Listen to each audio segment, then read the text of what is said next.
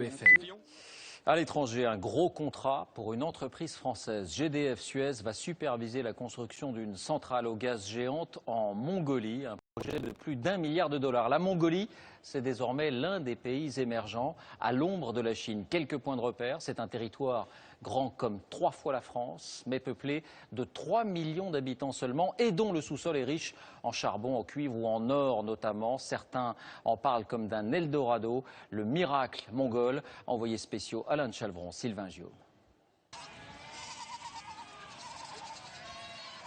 Bien sûr, il reste des troupeaux de chèvres en Mongolie. On en tire le plus beau cachemire du monde. Bien sûr, le cheval reste la plus belle conquête du Mongol. Bien sûr, il y a toujours des yourtes, ces tentes traditionnelles qui résistent au grand froid. N'empêche que la Mongolie n'est plus tout à fait la Mongolie. L'ancien satellite de l'Union soviétique, pauvre et délaissé, a fait place à un nouvel Eldorado où se ruent les hommes d'affaires du monde entier et où fleurissent les boutiques de luxe. En même temps que d'inextricables embouteillages dans cette capitale sans charme qu'est Oulan-Bator. La ville a poussé trop vite, plus vite que ses infrastructures. Explication de ce boom mongol, le sous-sol du pays. Un miracle géologique, on y a trouvé de tout, ou presque. Cette soudaine prospérité a fait naître une classe moyenne autochtone, prête à tous les sacrifices pour l'éducation de la génération future, placée dans des écoles privées d'inspiration occidentale, même si l'hymne mongol est chanté haut et fort. Pour chacun de mes 2 enfants en maternelle, je paye 5 000 $, 10 000 en tout. C'est cher, mais on n'a pas le choix si on veut donner une bonne éducation à ses enfants. Il y a même des milliardaires à Oulan-Bator. Monsieur Hod est l'un d'entre eux, le plus riche sans doute, mine, immobilier, téléphone. Il a eu du nez, Monsieur Hod.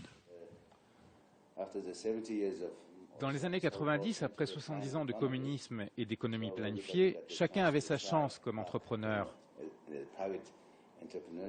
D'autant que nous avons fait le choix de la démocratie, de la liberté de la presse. Nous avons une société civile forte et énergique. Après des années de croissance frénétique, 17% en 2011 et un peu anarchique, la Mongolie fait une petite pause, 11% tout de même l'an dernier, histoire de regarder un peu en arrière. Mais cette pause pourrait également être mise à profit pour tenter de régler le gros problème de société provoqué par cette croissance frénétique, la sédentarisation.